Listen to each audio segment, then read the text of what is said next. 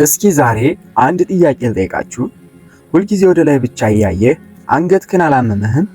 በየቀኑ በማህበራዊ ሚዲያ የምታያቸው ሰዎች ፍጹም የሚመስሉ ስኬቶች፣ ፎቆች፣ ውድ መኪናዎችና የቅንጦት ህይወቶች የራስህ ህይወት ባዶ እንደሆነ እንዲሰማህ አድርገው ያውቃሉ? የሌሎችን የብርሃን ፍጥነት ስታይ አንተ ግን በቦታ የቆምክ ወይም ወደ ኋላ የቀረህ መስሎ ተስፋ ቆርጠሃል?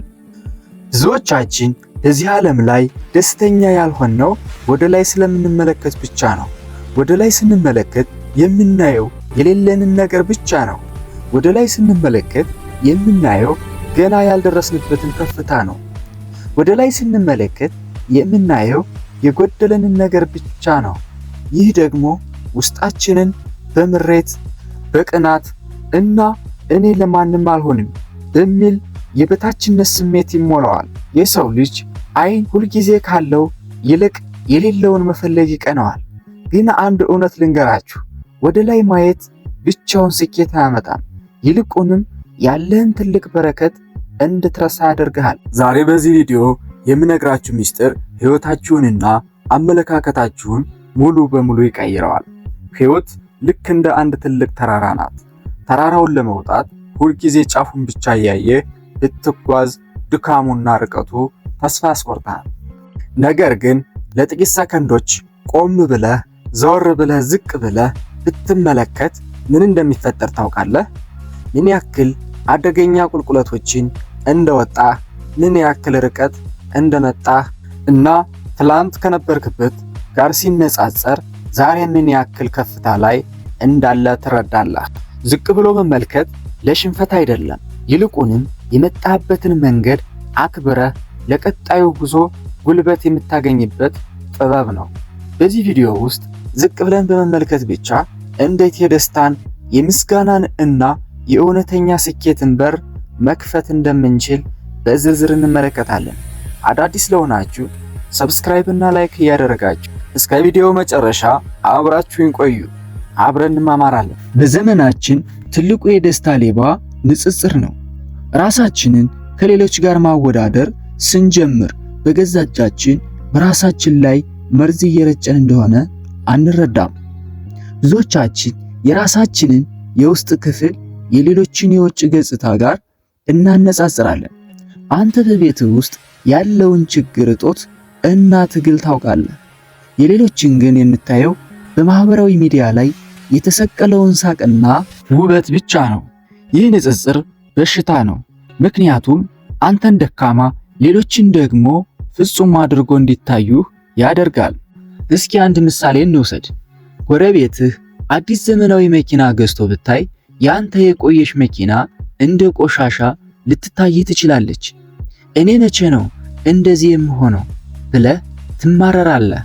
ነገር ግን ለጥቂት ሰከንዶች ዝቅ ብለህ ብትመለከት ከጎንህ በእግሩ የሚሄደውን የትራንስፖርት ወረፋ የሚጠብቀውን ሰው ብታይ ያቺ አሮጌ የምትላት መኪና ለአንተ ምን ያክል ትልቅ በረከት እንደሆነች ትረዳለህ።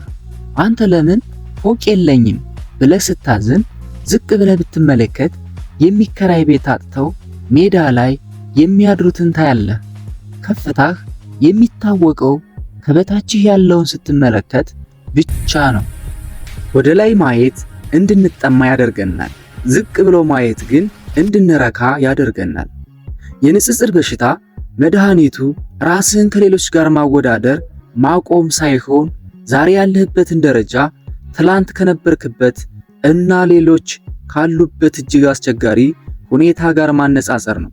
ዝቅ ብለህ ስትመለከት አንተም ፎቅ ላይ ባትሆንም እንኳ ቢያንስ ሜዳው ላይ ያለመሆንህ ትልቅ ከፍታ እንደሆነ ትረዳለህ። አንዳንድ ጊዜ አሁን ያለንበትን ከፍታ የምንረሳው በሂደት ስለመጣን ነው። እስኪ ቆም በልና የዛሬ 5 ወይም 10 ዓመት የነበርክበትን ሁኔታ አስብ። ያኔ የነበረህን ጭንቀት፣ ያኔ የነበረህን የገንዘብ ችግር፣ ያኔ የነበረህን ብቸኝነትና የነፍስ መታወክ አስታውሰው። ያኔ ይህ ቢሳካልኝ እኮ ሕይወቴ ይስተካከላል ብለህ በጸሎት የጠየቃቸው፣ በምኞት የተመኘሃቸው ነገሮች ዛሬ እጅህ ላይ የሉም። ያኔ የናፈከው ሥራ፣ ያኔ የፈለግከው ትምህርት፣ ያኔ የተመኘኸው ትዳር ዛሬ ያንተ ሆኖ ሳለ ለምን አዲስ ተስፋ ትቆርጣለህ? በእርግጥ ተራራው ገና አልተጠናቀቀም ይሆናል። ገና የምትመኘው ጫፍ ላይ አልደረስክም ይሆናል። ነገር ግን ትላንት ከነበርክበት ቁልቁለት ስንት ሺህ እርምጃዎችን ወደ ላይ እንደወጣ አስተውለሃል? ዝቅ ብለህ የትላንት ማንነትህን ተመልከት። ያኔ ደካማ ነበርክ፣ ዛሬ ግን ጠንካራ ነህ። ያኔ ምንም አታውቅም ነበር፣ ዛሬ ግን ብዙ ተምረሃል። ያኔ ብቻህን ነበርክ፣ ዛሬ ግን የሚወዱ ሰዎች አሉ። ዝቅ ብለህ ስትመለከት የዛሬው ትንሹ ስኬትህ የትላንቱ ትልቅ ህልምህ እንደነበር ትረዳለህ። የሰው ልጅ ባህሪ ሁልጊዜ አዲስ ነገር ይፈልጋል። አንድ ደረጃ ላይ ስንደርስ ያንን ደረጃ እንደ ተራ ነገር እንቆጥረውና ወደሚቀጥለው እንሮጣለን።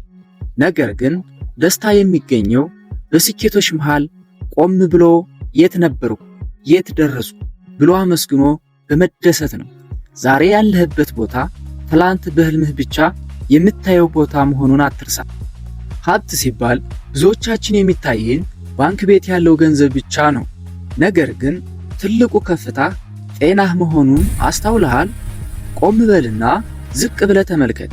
ሆስፒታል ሄደህ ብትጎበኝ ለአንድ ደቂቃ ያለ ማሽን ለመተንፈስ የሚማጸኑ በገንዘብ የማይገዛውን ጤና ፍለጋ ሌሊቱን በስቃይ የሚያድሩ ስንት ምስኪኖች ታያለህ። አንተ ዛሬ ያለ ምንም እርዳታ መራመድ፣ ማየትና መተንፈስ መቻልህ ብቻ ምን ያክል ከፍታ ላይ እንዳለህ አያሳይም? ጤና ላለው ሰው ሺህ ምኞት አለው። ጤና ለሌለው ግን ምኞቱ አንድ ብቻ ነው፣ እሱም ጤና ነው። ዛሬ ቤቴ ጠበበኝ ወይም ቤት ኪራይ ተወደደብኝ ብለህ ልታዝን ትችላለህ።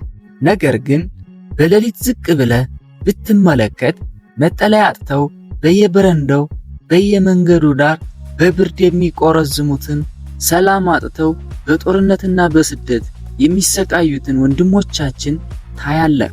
በሰላም ውለህ በሰላም ወደ ቤትህ መግባትህ በትንሿን ብትሆን ጥላ ስር ማደርህ ካንተ በታች ላሉት በሚሊዮን የሚቆጠሩ ሰዎች ትልቅ ህልም ነው። ዝቅ ብሎ ማየት ትዕቢትን ያጠፋል። በምትኩ ቅንነትንና እውነተኛ ምስጋናን በልብህ ውስጥ ይተካል።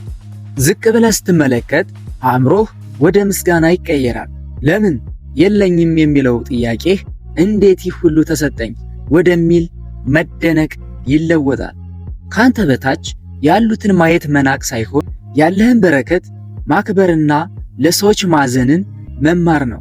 እውነተኛ ባለጸጋ ማለት ብዙ ያለው ሳይሆን ያለውን የሚያመሰግንና ከፍታውን የሚያውቅ ሰው ነው። ብዙ ሰዎች ዝቅ ብዬ ካየሁና ባለኝ ከረካው ወደ ላይ የመውጣት ፍላጎቴ አይጠፋም ብለው ይጠይቃሉ። እውነታው ግን ተቃራኒ ነው። ባለህ ነገር ካላመሰገንክ ለተጨማሪ ትልቅ ነገር ብቁ አትሆንም። ምስጋና ማለት ባለህበት መርገጥ ማለት ሳይሆን ካለህበት ተነስተህ ለበለጠ ከፍታ ጉልበት መሰብሰብ ማለት ነው። ዝቅ ብለህ ስትመለከት የምታገኘው የአእምሮ ሰላምና እርካታ ወደ ላይ በምትወጣበት ጊዜ ለሚያጋጥሙ ፈተናዎች አዲስ ጽናትና ብርታት ይሰጣል። ወደ ላይ ብቻ እያየ የሚሮጥ ሰው በጭንቀትና በውጥረት የተሞላ ነው። በሌላ በኩል ግን አልፎ አልፎ ቆም ብሎ ዝቅ ብሎ የሚያይ ሰው መጥፎ ቅናትን እንዴት እንዳለፈ ያስታውሳል። ይህ ትውስታ ደግሞ ያንን ካለፍኩት ይሄኛውንም ማለፍ እችላለሁ የሚል እምነት ይፈጥርለታል። ዛሬ የሚገጥሙህን እንቅፋቶች ትላንት ከወጣሃቸው ቁልቁለቶች አይበልጡህም። ስለዚህ ዝቅ ብለህ በማየት ያገኘኸውን ድል ለዛሬው ውጊያህ እንደ ጋሻ ተጠቀምበት። እውነተኛ ስኬት ጫፍ ላይ መድረስ ብቻ ሳይሆን በጉዞው ላይ ያለህ ደስተኛ መሆን መቻል ነው። ዝቅ ብለህ በማየት የምታገኘው ትህትና ነገ ከፍታው ላይ ስትደርስ እንዳትታበይና ሰዎችን እንድትረዳ ያደርግሃል። ወደ ላይ ተመልከት አልልም፣ ዝቅ ብለህ ተመልከትና መስግን። ውድ የዊዝደም ማይንድሰት ቤተሰቦች ዛሬ የተነጋገርንበት ሐሳብ በአንድ አረፍተ ነገር ሲጠቃለል እንዲህ ይላል። ወደ ላይ መመልከት ራዕይ ይሰጣል፣ ዝቅ ብሎ መመልከት ግን ሰላም ይሰጣል። ሕይወት ሩጫ ብቻ አይደለችም፣ ሕይወት በሂደቱ ውስጥ እያሉ የሚያገኟት በረከት ጭምር ናት። ዛሬ ቆም በልና ያሳለፍካቸውን አስቸጋሪ መንገዶች አስብ። ዛሬ ያለህን ጤና፣ ሰላምና ትናንሽ ስኬቶች ዘርዝርና አመስግን። አንተ ዛሬ ያለህበት ቦታ ለብዙዎች ተአምር መሆኑን አትርሳ። ይህ ቪዲዮ ለአመለካከታችሁ አዲስ ብርሃን እንደሰጣችሁ ተስፋ አደርጋለሁ። ከወደዳችሁት ላይክ በማድረግ ለሌሎችም እንዲደርስ አግዙ። እንዲሁም ለጓደኞቻችሁ ለምትወዷቸው ሰዎች ሸር በማድረግ አጋሯቸው። እስኪ በኮሜንት መስጫው ላይ ዛሬ ስላላችሁ አንድ ነገር አመሰግናለሁ ብላችሁ ጻፉ። ለተጨማሪ እንደዚህ አይነት ህይወትን የሚቀይሩ ምክሮችን ቻናላችን ሰብስክራይብ በማድረግ ቤተሰብ ይሁኑ። በሚቀጥለው ቪዲዮ በሌላ ድንቅ ርዕስ እስክንገናኝ ቸር ያቆየን። ጥበብ ለሁላችን።